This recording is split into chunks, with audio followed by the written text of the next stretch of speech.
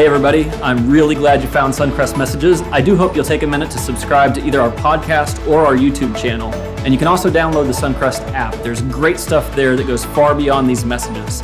Either way, I hope that the next 30 minutes helps you integrate faith with your life. Enjoy.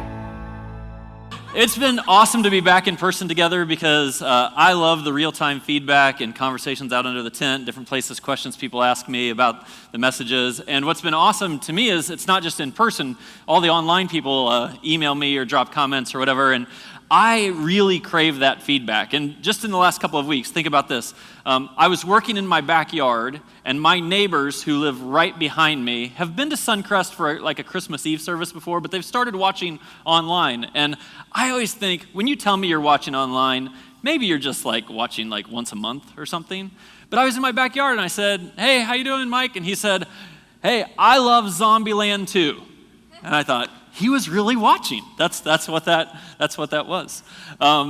I got a picture. This is from someone's Facebook feed after last week's message. I won't spend a lot of time with it, but like if you look at dumb stuff Christians say, like they were putting the check marks, God won't give us more than we can handle. That's where we're going today. Like it's good to get this kind of feedback. I got a great question from someone watching online last week that basically asked, if not everything that happens is God's will, which is what I said last week, then why do we say God is in control? And I did a short video, hopefully you saw it online this week, to kind of help us frame that in the right way. I hope these things are helpful. And then, of course, last week I was talking about, things that people think are in the Bible that aren't really in there. And I had people sending me these references, not just to Bible things, but movie things. So I'm going to start a couple phrases from famous movies or television shows. I'm sure you can finish these for me. It's just a name that goes in the blank. So I think it's the most famous phrase from Star Trek.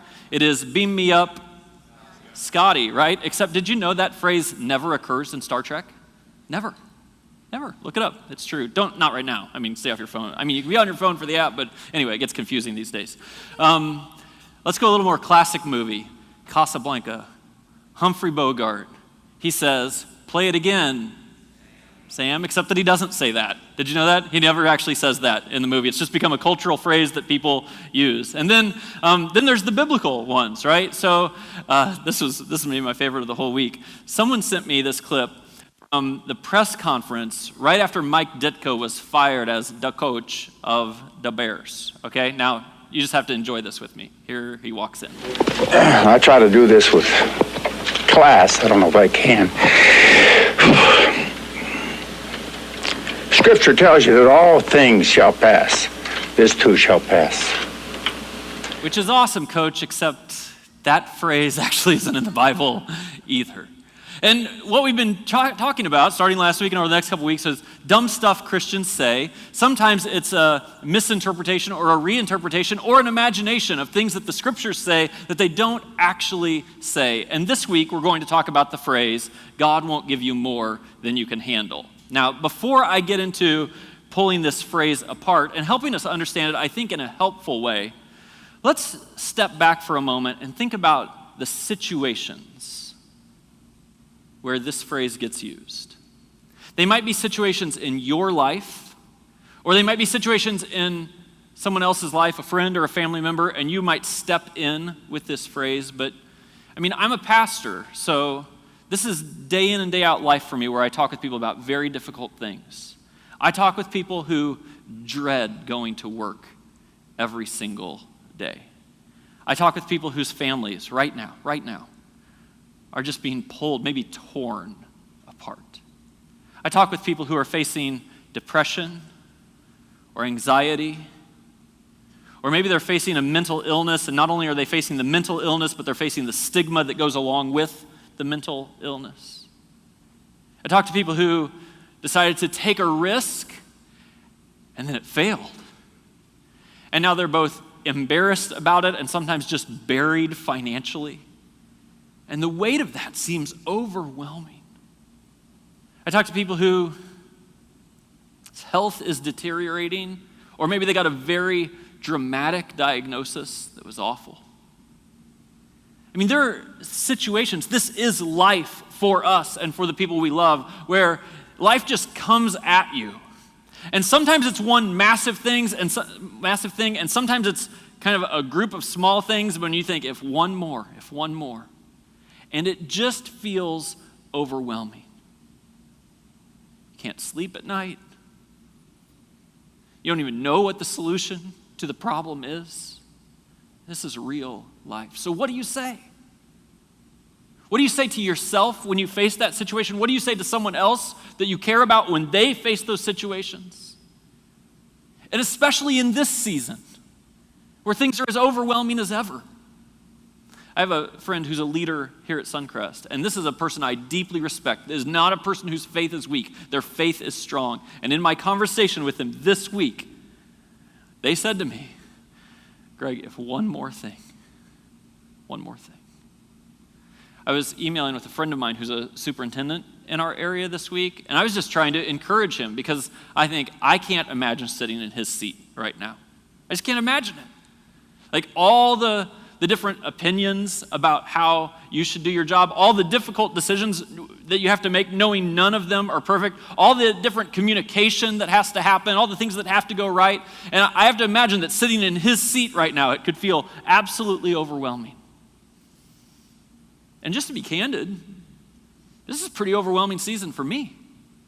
Earlier this week, Tuesday night, I decided it is the right time just to email our elders and say, hey, I need you to pray for me.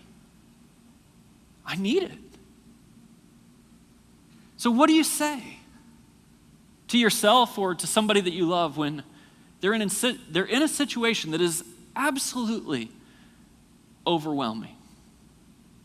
Well, the instinct might be, in an effort to encourage someone, to say, oh, God won't give you more than you can handle.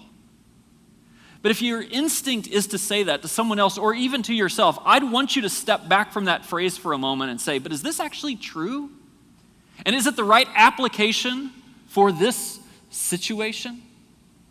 And I'm going to suggest to you today that this is a phrase that rarely, if ever, should come out of your mouth. And I'm going to offer you some replacement phrases to say instead of this one. But first, let's talk about where this idea comes from, because I'm pretty sure that I know. In the book of 1 Corinthians in the New Testament, so the Apostle Paul was writing letters to Christians all over the place where he had started churches, and he writes a letter to the Christians in Corinth. We call it 1 Corinthians. This is going to be important because 2 Corinthians is going to come in a second. And he writes a verse that is very misunderstood, but is also critical when you understand it correctly. So I'm not trying to ruin the verse for you. I actually want to help you understand this verse. I just want you not to misunderstand it. Here's what he writes in 1 Corinthians. He says, no temptation has overtaken you except what is common to mankind. Now, he's created a category. This is what's very important. This category is not suffering. It's not hardship. It's not being overwhelmed. It's not difficulty. This category is temptation. The temptation to sin. Now, sin, let's just understand this quickly. Sin is when you do something wrong or when you have the chance to do something right and you choose not to do it. And the scripture's saying to us that all of us are tempted. It might as well say all of us are tempted all the time. You know what you're most tempted by, to do wrong, and if we stop and think about it, you'll think, yeah, I know when I should do something right and I walk away, when I should help someone and I walk the other way. No temptation, though, has overtaken you except what's common to everybody. You're not unique. And God is faithful. He will not let you be tempted beyond what you can bear. When it's a question of right and wrong, sin or not sin, God's promise to you is the temptation does not come from him, but the temptation is real because there's things that happen in this world that are not of God. And when it's real, you don't have to give into it. Temptation. He says, but when you are tempted, he will provide a way out so you can endure it. There's no temptation to sin, to do the wrong thing or to not do the right thing that's more than you can bear. Temptation. Now, people took this phrase that's about being tempted towards sinfulness and decided, I think, on their own just to kind of expand it out to all circumstances of life. To say, well, the phrase says, God won't give you more than you can bear. Let's apply it to other things also. Now, I'm going to speculate about something here, but I feel pretty good about this speculation. The Apostle Paul wrote this in 1 Corinthians, and then when he wrote 2 Corinthians, the second letter to these people, these Christians, he came back to something maybe because they misunderstood it the same way we misunderstand it. Now, this is what you have to know about 2 Corinthians. It is the most personal letter that the Apostle Paul wrote. He reflects on his own experiences, his own difficulties, his own sufferings. In 2 Corinthians, if you feel like you're in that situation, you should absolutely read 2 Corinthians. But he comes back, I think, to correct what people misinterpreted from the first one. Here's the way he says it. We do not want you to be uninformed, brothers and sisters. We don't want you to be ignorant. We don't want you to misunderstand. We don't want you to get this one wrong, brothers and sisters, about the troubles we experienced in the province of Asia. Now, I could spend a half an hour describing to you in detail all the troubles the Apostle Paul went through in Asia, but just run these through your own mind for a second. The Apostle Paul was accused unjustly, falsely accused. Any of you don't have to raise your hands. Any of you ever been falsely accused? Not only was he falsely accused, but he was then imprisoned for that false accusation. Any of you ever been in prison? I mean, for something you didn't do? He was deprived of sleep and of food. It was agonizing. He was betrayed by people that he loved. And the situations were just stacking up on him. And he says, I don't want you to be uninformed about the trouble that we went through, about how overwhelming or how difficult that it was. He says, we were under great pressure. And then here's the phrase, far beyond our ability to endure. If you looked at Paul, the situation that he was going through, his suffering, his overwhelmingness, and you said to him, God won't give you more than you can handle, he would have said, wrong. Right now, what's going on in my life is more than I can handle. It is beyond my ability to endure. That's what's actually happening right here. So much that we despaired for life itself. Indeed, we felt we had received the sentence of death. And then you should memorize this phrase. But this happened that we might not rely on ourselves. And what we have here is a window from the Apostle Paul about the source of your suffering, the source of your difficulty, and also what you should think would be sufficient to take you through it. Let's talk about the source just for a moment. One of the things the scriptures describe is that sometimes God himself will bring difficulty into your life. I have seen him do it in my own life. That I think it was God himself who brought difficulty so that I would have to respond to it, grow through it. Unless you're significantly different than me, your greatest seasons of growth as a person came through difficulty, not through mountaintop experiences. And if God's will, if his plan is for me to grow and to trust him more, we should not knock out the possibility that God himself is actually bringing difficulty into our lives. But it's not always God. Sometimes it's the choices that people make. Sometimes it's the choices that I make. Sometimes I'm the collateral damage of the choices someone else makes. And so sometimes it's God makes it happen. Sometimes it's God allows it to happen. Life is happening. That's the source. The way Paul said it here is, this happened. He decided not to attach a particular source to it. But the source is really the smaller part of this equation.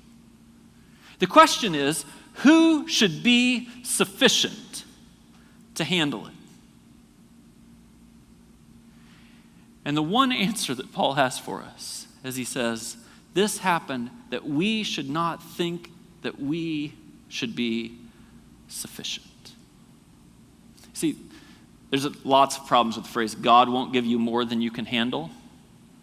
One is that we attribute the source of all things to God, that God's giving us all these things, but the bigger problem is the sufficiency. And so when you're facing something and you speak to yourself, or when someone else is facing something and you're speaking to them, instead of saying, God won't give you more than you can handle, can I suggest you say this to them? Listen, you're in a situation and you can't handle it. You can't handle it. You weren't designed to handle it. You're not strong enough to handle it. If you try to rely on yourself, it will probably bury you, at least according to the scriptures. You can't handle it. It might be that God brought something into your life and you can't handle it. He's teaching you that. It might be that life brought something your way and you can't handle it. The point is, you can't handle it. And then right after the Apostle Paul says, this happened that we might not rely on ourselves, he finishes the sentence and says, but on God, who raises the dead. And he says, this is what should happen when you're in these situations that are overwhelming. It ought to be a reminder to you that you aren't supposed to handle it, that when you rely on yourself, it's a failing scheme, and that instead you should transfer your reliance from yourself to God. And then it's almost like he's given us a little trump card here. You know, God, who raises the dead. Piece this together with me. This is very important for any situation that you're going through. Just a few sentences ago, Paul said, we despaired of life itself. Like I almost wish I was dying. And then what he's saying here is, and then God was here, and it wasn't just that God was strong enough to keep me from dying. It's that God is the kind of God who has the power to even raise the dead if I did die. He's starting to do some storytelling. I mean, let me just break this down. If you feel like you can only carry 100 pounds, and what's happening in life right now is 200 pounds, and you think, I should be able to carry it, you're wrong. But God can carry 2 gazillion pounds. Like, it's not even close. And so the transfer of I'm supposed to be able to handle this to I'm not supposed to be able to handle this. Maybe the better phrase for us to use with ourselves and those we love is, God won't give you more than he can handle. Let those words come out of your mouth. And then after Paul kind of teaches these concepts here, he actually says, because he has delivered us from such a deadly peril, and he will deliver us again. When you're in this situation, yourself or someone else, Paul's giving us a model here. He says, hey, turn this into storytelling. I know, I'm a pastor, right? Like my favorite, first run at answering people's questions is explanation. Like I want to be able to explain how this works and what you should do and, give you 3 steps and go forward. But Paul does something more powerful than explanation. He says, remember how God has worked before. He's suggesting to you that this isn't probably the first time you're in an overwhelming situation. He says, no, it wasn't my first time. He's delivered us from such deadly peril, and he'll deliver us again. And I think it's so powerful. I think if you're a follower of Jesus, please hear me. If you're a follower of Jesus, I want you to think of 2 or 3 or 4 instances in your life where you'd say, you know what, I couldn't figure that out, and God delivered me. I was overwhelmed, but now I'm still standing because God was there. We all have those stories if we think about them. And in the moment of our own peril or someone else's peril, it's exactly the right thing to do. I've mentioned this before in some settings. Jenny and I have gone through multiple miscarriages. And in the moments of getting that news and the hours and days and weeks that follow, they were times for me when I didn't know what to do. I'm sure that as the woman, Jenny was facing it in ways that are way more overwhelming than even to me. But when I try to process it myself, I don't know what to say. I don't know what to say to her. I don't know what to say to myself. I don't know what to say to God. There's a part of me that just, like the emotion just comes out. I might as well be in the fetal position in the corner. And I would turn to God, and he was there. And I'm standing here today. And so this is what I do. Every time I hear someone in our church or anywhere, in my neighborhood, wherever, has gone through a miscarriage, I just pick up the phone and I call the dad, the husband. And I don't have a formula, but I have a story. That happened to me too. And I'm still standing. It's the most powerful thing that you can do for someone else. It's probably the most powerful thing you can do for yourself. After I told this story in the Thursday service, I walked out to hang out under the tent, and a guy came up to me who I called last year, and he said, "Greg, it made all the difference." It's the story of God. Some of you, when you lose a spouse, it will feel like, how could I ever go on? But I always just try to connect the person who's lost a spouse to someone else who's lost a spouse and says, it was hard, but God was there. It's storytelling that someone needs in this moment, not a platitude that says God won't give you more than you can handle. And then Paul says this, on him we have set our hope. Let's go back to that. Finish that phrase. On him we have set our hope, that he will continue to deliver us. And so think through this very clearly with me, whether it's you or with someone else. There's three ways that you could respond when you're overwhelmed. Number one, self-sufficiency. Many people default to this. Here's the weird thing. In America, we actually aspire to this. We think the right story to be told is, I could handle it. And the scriptures will knock that down again and again and again. Say, if you think self-sufficiency is the plan, don't. Say, we put our hope in the one who will continue to deliver us. That we might not rely on ourselves, but rely on God who raises the dead. So this is me and God. And I don't know where you are in your spiritual journey. If you feel like you've had experiences with God where he, directly from him, has delivered you. But then we actually get a picture of how God usually does this. Fast forward a little further down the line in 2 Corinthians. This is chapter 7. Paul's still talking about all the difficulties he's going through, and he says, but God, who comforts the downcast, comforted us by the coming of Titus. God, who's there for you in your time of need, the way he's usually there for you is he sends another person. I mean, I want you to have an experience directly with God. But this is not just a vertical experience.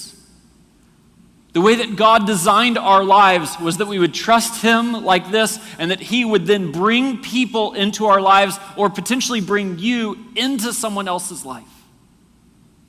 It's the way that he designed this world, and if you will not reach out for help, or if you will not offer help, you are interrupting the way that God said people will make it through the overwhelming times. When God created the world, it was, of course, just the way he wanted it to be, except for an instant where it wasn't. He created the stars. He said it's good. He created the vegetation. It's good. He created the animals. It's good. Land and sea. It's good. He created a human being in isolation, Adam. And he says, it's not good. It is not good for man to be alone. Anyone who thinks they need to handle this life without being arm in arm with a friend or two, it's just going to bust them up.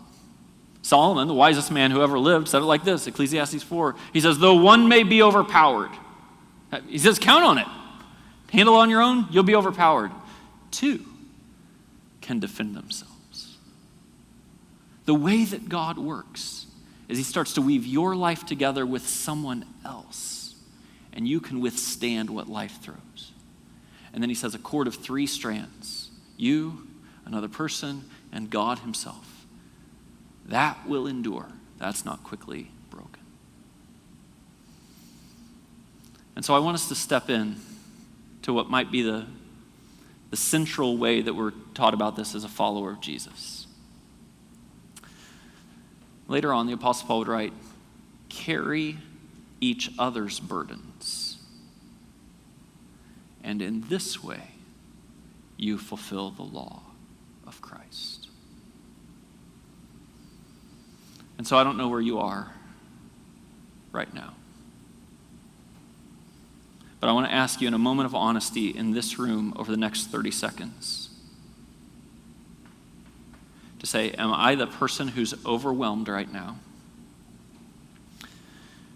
Or am I doing okay? I have some margin. Am I the person who's overwhelmed right now? Or am I doing okay? I have some margin. You have to decide which one is you.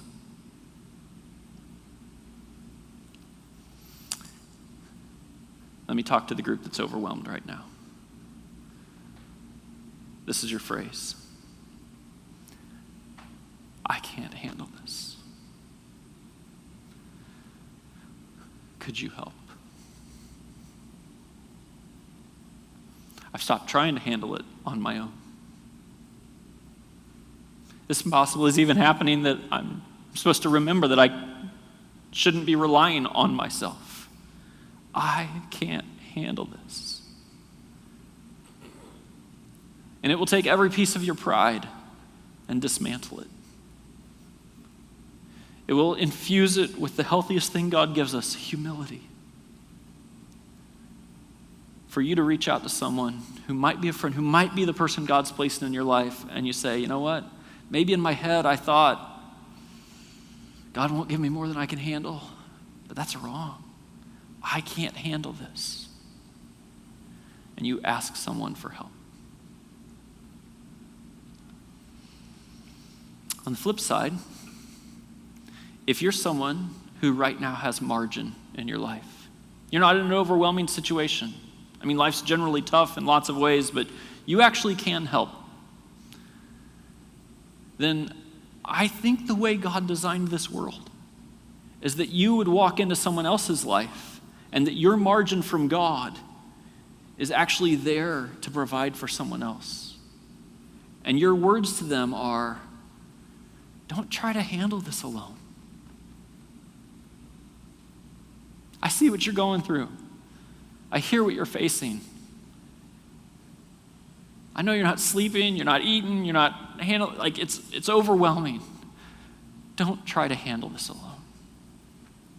I'm here to help. I am Titus to your Paul.